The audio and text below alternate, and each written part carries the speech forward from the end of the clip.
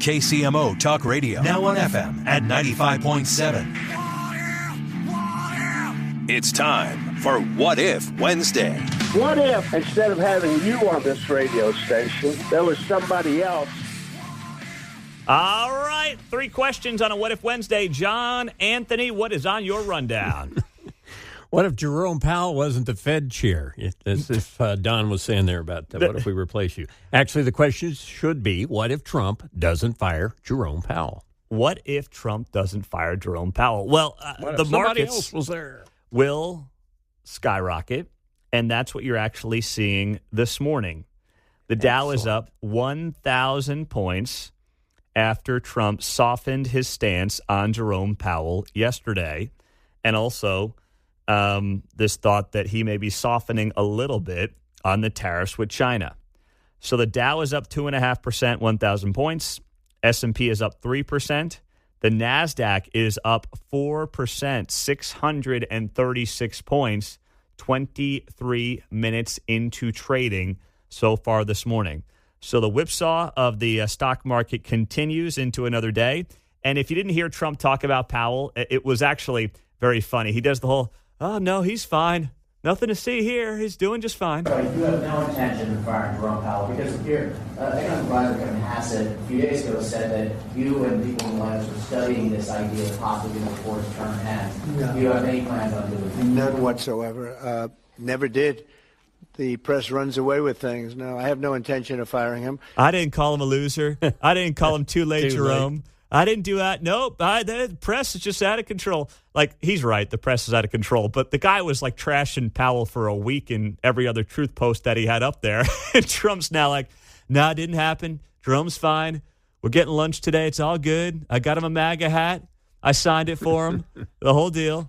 I would like to see him be a little more active in terms of his idea to lower interest rates. This is a perfect time to lower interest rates. If he doesn't, is it the end? No, it's not. But it would be good timing. It could have taken place earlier. But no, I have no intention to fire him. No, don't worry. He's fine. All right. What's next, John? What if Jefferson City becomes even more involved in the Jackson County tax debacle? Well, watch your backside there, Frank White. All right? And frankly, the entire Jackson County legislature, watch your back. And I mean that in a positive way.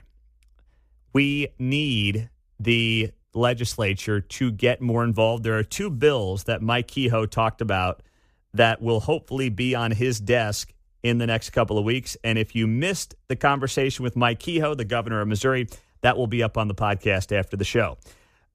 Electing the assessor is one bill. So Gail McCann Beatty cannot get away with this insanity and get protected by Frank White. And then bill number 2 is giving the state tax commission in Missouri the ability to withhold sales tax dollars from a county if they are not complying with the state, which is exactly what is happening right now. And Frank White's basically telling on the pound sand. Well, suddenly, if you weren't getting your sales tax monies because you were not complying with the Missouri State Tax Commission, something tells me that in that scenario, Frank White may be singing a bit of a different tune. So those would both be welcomed, I believe, in the state of Missouri. What if the Cincinnati Bengals are relocating to St. Louis? Woo! Do we get a Governor's Cup? Woo, yeah. Is that what we get? That would be pretty testy, wouldn't it? Yeah. Oh, man, that would be good. So this is like a rumor that is out there. The Bengals are in a situation where they don't have a new stadium. And there is a thought that the Bengals may use St. Louis as some kind of leverage to get what they want out of Hamilton County, where they're currently located. Their lease expires in 2026. So now there's this thought of, well, St. Louis would love to have an NFL team back, and if you guys don't give us what we want, we're going west on 70. We're going to STL, baby. An NFL team that's never won a Super Bowl. Yeah. That's exactly right. So I'm not buying this.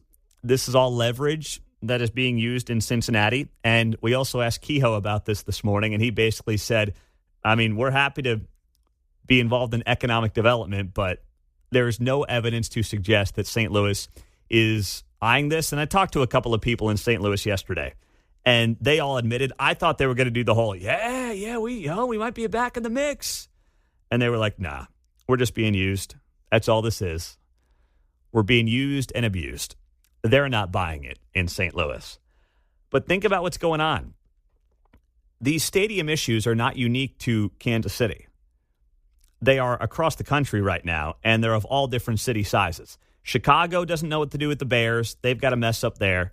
You got the Cincinnati Bengals deal, and, of course, you have the Chiefs and the Royals here trying to figure out what's next. It's not easy. The populism is real across the political aisle, and the cost of these stadiums so astronomical. It creates a whole nother set of issues. There's What If Wednesday in the books.